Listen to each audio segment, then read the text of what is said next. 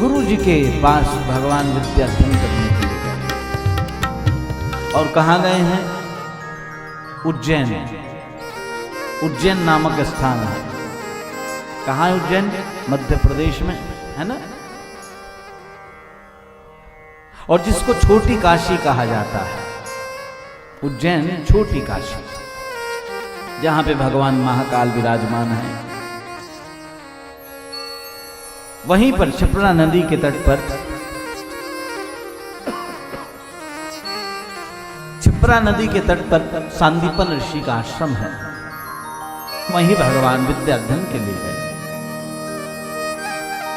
और कथा ऐसी आती है कि वहां पर एक सुदामा नाम का ब्राह्मण बालक भी पड़ता है। कहते हैं सुदामा के साथ गोविंद की मित्रता हुई। सुदामा का गोविंद से बड़ा प्रेम था, बड़ा लगाव था, और कृष्ण का भी सुदामा से लगाव था। भगवान ने कहा कि इस संबंध को किसी रिश्ते में बदल दें, किसी रिश्ते का नाम दें, स्वरूप दें। सुदामा ने कहा कि नहीं कृष्ण, तुम्हारा हमारा रिश्ता नहीं निभ सकता। क्यों? लायक बर से कीजिए ब्याह बैर और प्रीति। आपकी और हमारी बराबरी नहीं है कृष्ण। आप कहां और हम कहां, ये रिश्ता नहीं निभेगा। भगवान ने, सुदामा ने कहा कि मैं, अच्छा सुदामा ने पहले कह दिया था इस बात को कि मैं निभा नहीं पाऊंगा। भगवान को सबसे अच्छी बात जो है सुदामा जी की यही लगी थी कि सत्य बोल रहा है। सुदामा जी ने कहा कि मैं नहीं निभा पाऊंगा कृष्ण।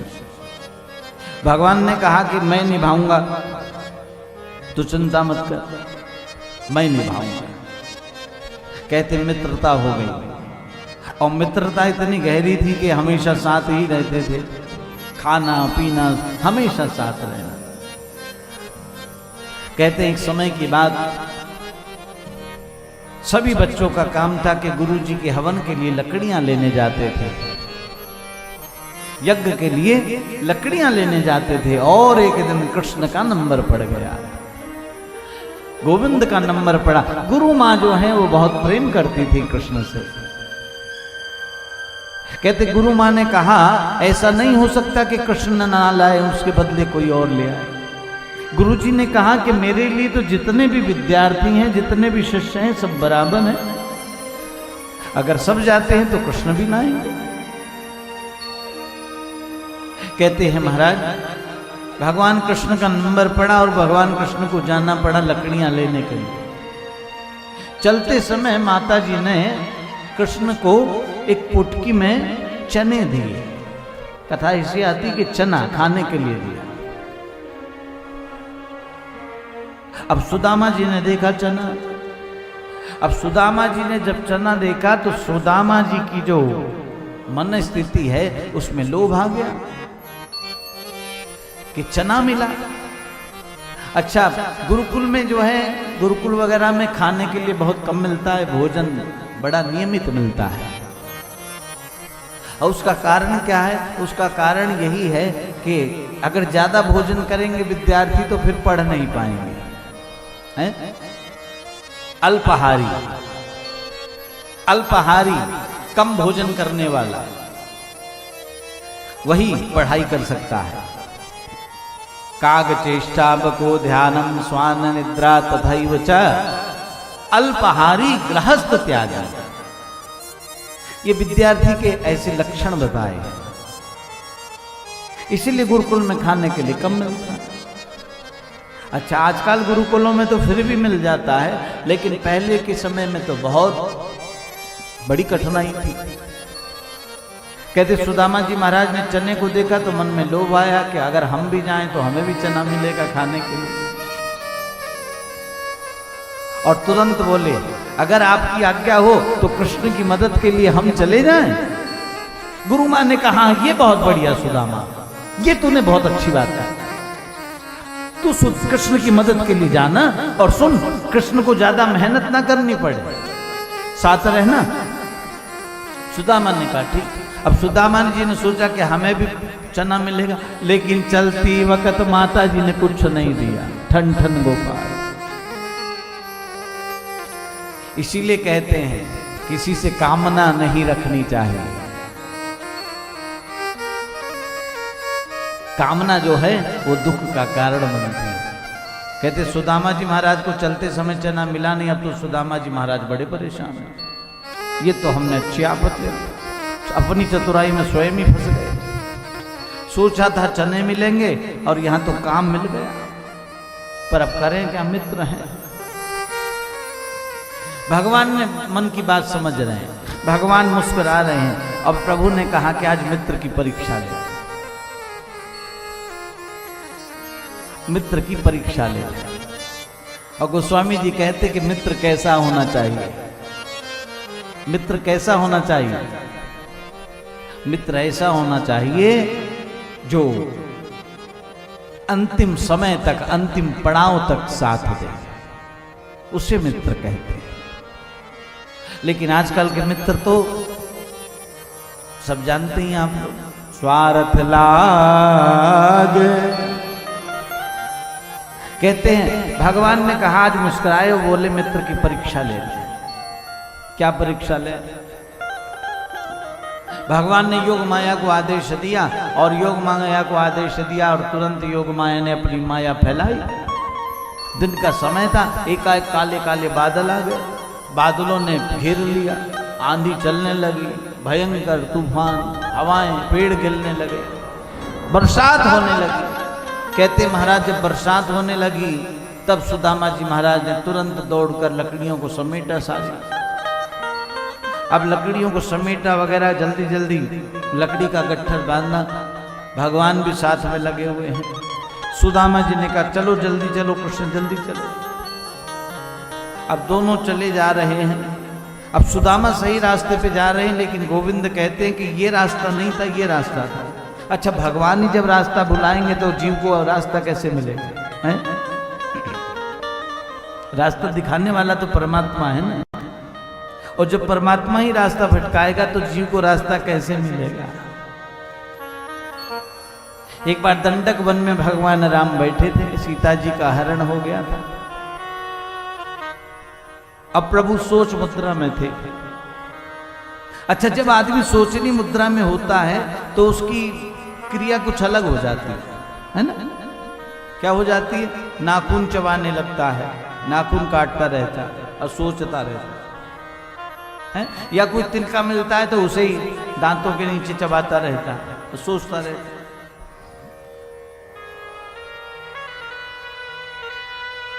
या पृथ्वी को अंगूठे से चलाता रहता अंगूठा। ये कुछ लक्षण है सोचनी अवस्था के। कहते भगवान राम सोच में थे, जानकी जी के, सीता जी के। अब हाथ में उनके बाण था तो सोच रहे थे और बाण से भूमि को कुदे रहे। अब वो सोचनी अवस्था में बाण जो है वो पृथ्वी के अंदर बहुत चला गया। भगवान जब सोच मुद्रा से अलग हुए तो उस बाण को निकाला। अब बाण को निकाला तो देखा उस बाण में रक्त लगा हुआ है, खून लगा हुआ है। भगवान ने कहा कि हमने तो जानकी जी की सोच में किसी की हत्या कर दी, लगता है कोई मर गया। भगवान ने गड्ढा खोदा और गड्ढा खोद करके निकाला तो देखा उसमें निकला कौन? मेंढक। मेंढक जानते हैं? भूल गए? मेंढक निकला, कुएं का मेंढक। कहते मेंढक निकला। भगवान ने कहा कि मेंढक, जब हमने तुम पे बाण चलाया, बाण तुमको चुभाया, तो तुम चिल्लाए क्यों नहीं हमको? हमें आवाज देते। तो मेंढक हंसता है, हंसता है और कहता है प्रभु, जब संसार के लोग सताते हैं तो लोग कहते हैं हे राम हमारी रक्षा करो, और जब राम ही मार रहा है तो मैं किसे बुलाऊं?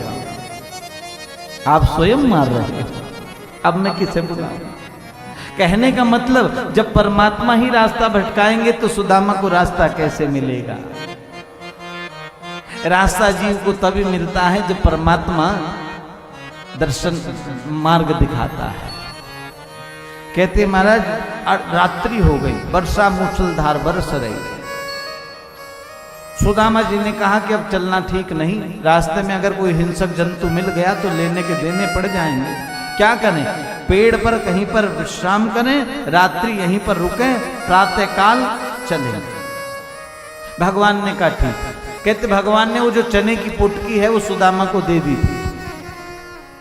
अब सुदामा जी ने सोचा कि चने की पुटकी तो हमारे पास आई गई,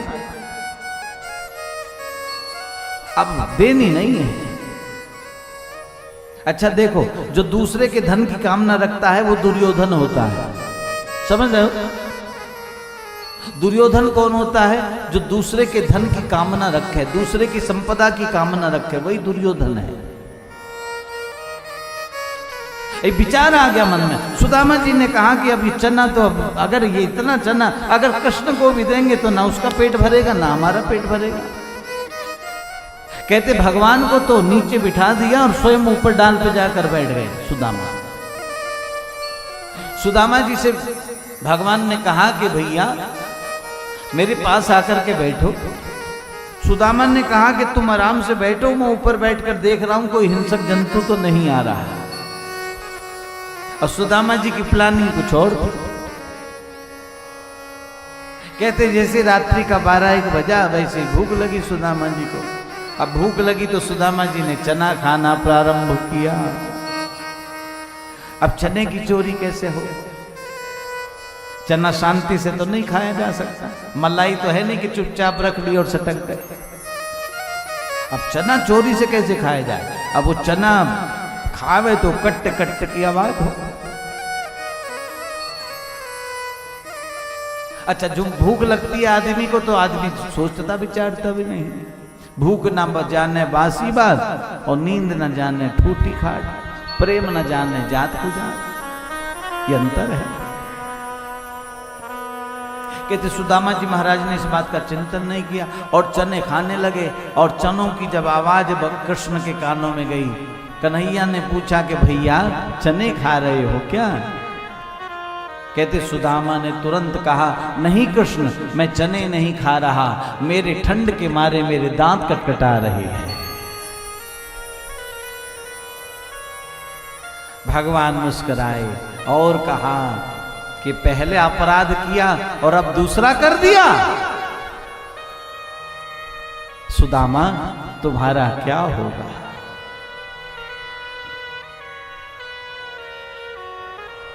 कहते हैं भगवान बहुत द्रवित हुए। पहला अपराध किया कि तुमने चोरी से चने खाए मित्र के, अब दूसरा अपराध कर रहे हो, सत्य बोल रहे हो, झूठ बोल रहे हो। कहते गोस्वामी जी कहते हैं जो अपराध भगत कर कराई, राम रोष पावक सोई जरई। परमात्मा अपने भक्त का अपराध जिस तरह बर्दाश्त नहीं करते, उसी तरह परमात्मा अगर कोई अपराध करे उसको भी बर्दाश्त नहीं करते। गोस्वामी जी कहते मित्र से कपट गुरु से चोरी, की होई निर्धन की होई कोरी। प्रभु को दिख रहा है सुदामा ने किसको निमंत्रण दे दिया। ध्यान देना, भगवान को दिख रहा है कि सुदामा ने किसको न्योता दे दिया है। और सुदामा जी ने किसको न्योता दिया मालूम? सुदामा जी ने दरिद्रता को न्योता दे दिया, अपनी दरिद्रता को न्योता दे दिया। कर्म प्रधान विश्व रचना कर, जो जस करयसु तस फल जाना। कर्म प्रधान विश्व रचना कर, जो जस करयसु तस फल जाना। कर्म प्रधान विश्व रचना कर, जो जस करयसु तस फल जाना। परम प्रधान विश्व रचना कर, जो जो जस करि सो तस फल पाता। काहू न को सुख दुख कर दाता, काहू न को सुख दुख कर दाता। काहू न को सुख दुख कर दाता, काहू न को सुख दुख कर दाता। निज कृत कर भोग सुन भ्राता, निज कृत कर भोग सुन भ्राता। निज कृत कर भोग सुन भ्राता, निज कृत कर भोग सुन भ्राता। मंगल भवन अमंगल द्रवल दशरथ अजिर बिहारी। मंगल भवन मंगलहारी, धवल दशरथ अजिर बिहारी। नहीं दरिद्र सम दुख जग माही, नहीं दरिद्र सम दुख जग माही। नहीं दरिद्र सम दुख जग माही, नहीं दरिद्र सम दुख जग माही।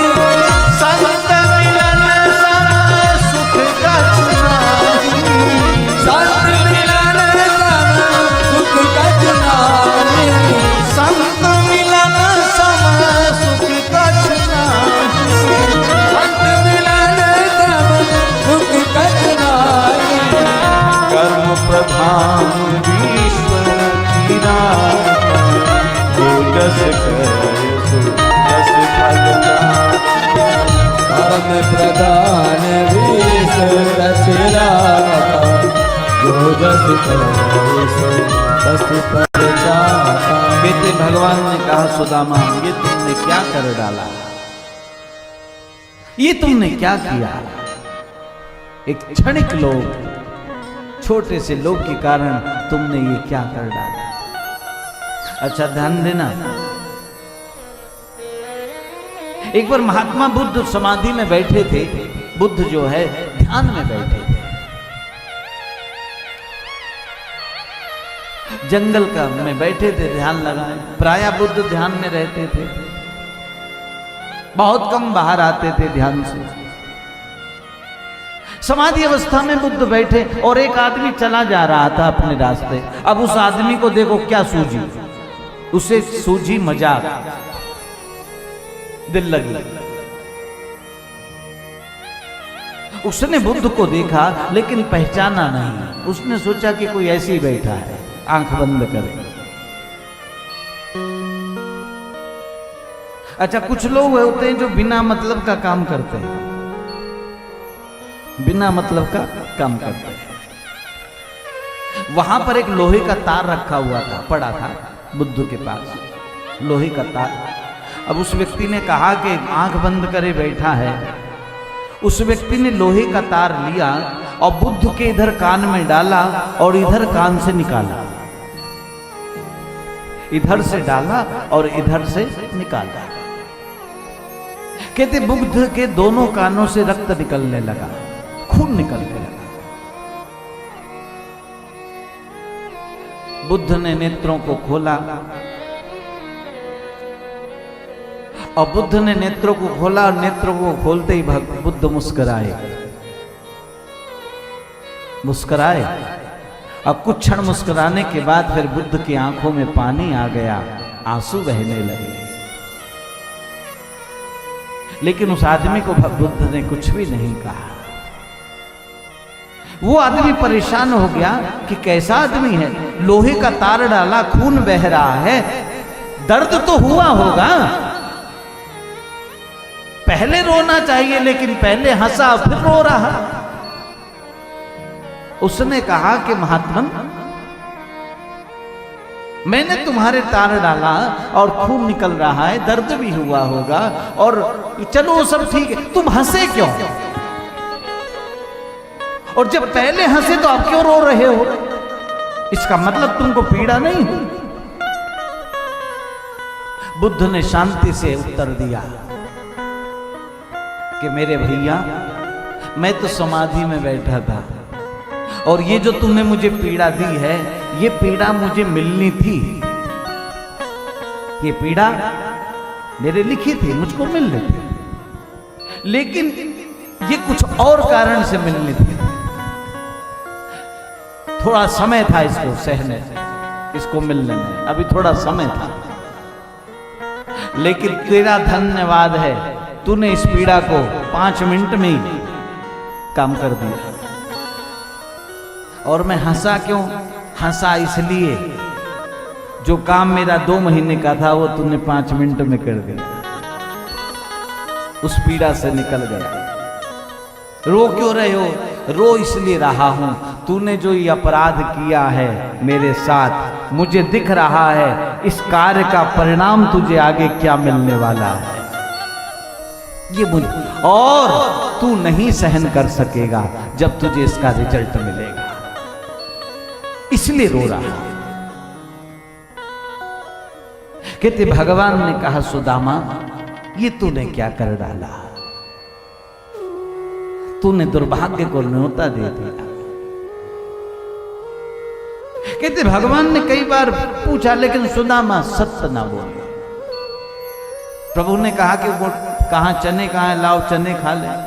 सुदामा ने कहा कि प्रभु चने की पुटकी तो पता नहीं हमारे नींद का झोंका या कहीं गिर गई है। तीसरा झूठ, तीसरा अपराध। गोविंद ने कहा कोई बात नहीं।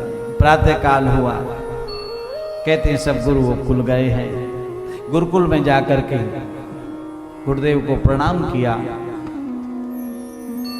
कहते जिस समय गुरुकुल से निकले सुदामा और कृष्ण, गुरुकुल से निकलने के बाद कृष्ण को लक्ष्मी ने वरण किया और सुदामा जी को दरिद्रता ने वरण किया। सुदामा जी को दरिद्रता ने वरण किया। कहते सुदामा जी बड़े दरिद्री, बड़ी गरीबी, दिन भर मांगे तो दिया भर, रात भर मांगे तो दिया भर। लेकिन सुदामा जी की जो पत्नी है उसका नाम था सुशीला। अच्छा ध्यान दें, अगर पत्नी सुशीला हो तो गरीबी भी आराम से कट जाती है? अगर पत्नी सुशीला हो तो गरीबी भी आराम से कट जाती है। लेकिन अगर पत्नी कर्कशा हो, विपरीत विचार वाली हो, तो गरीबी क्या, कितना भी धन हो। कहते सुदामा जी का ये सौभाग्य था कि उन्हें पत्नी जो है वो सुशीला जैसी मिली। दिन भर मांगे तो दिया भर, रात भर मांगे तो दिया भर। लेकिन एक काम था, क्या? शाम को बैठकर कृष्ण कथा जरूर सुनाते थे।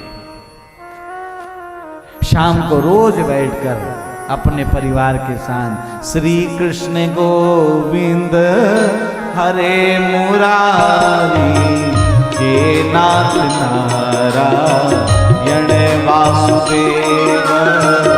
श्री कृष्ण गोविंद हरे मुरारी, हे नाथ नारायण वासुदेव। कृष्ण गोविंद हरे मुरारी, हे नाथ नारायण वासुदेव। श्री कृष्ण गोविंद हरे मुरारी, हे नाथ नारायण वासुदेव। हे नाथ नारायण वासुदेव।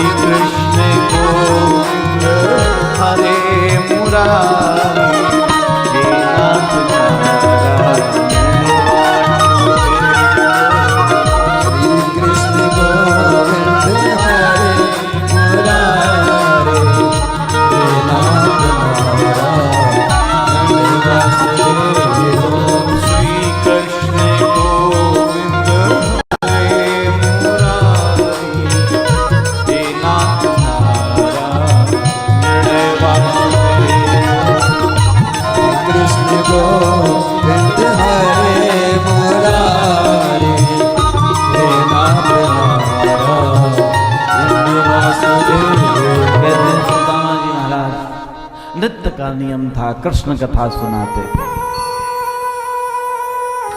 और कथा सुनाते सुनाते आंखों में आंसू आ जाते थे, रोने लगते।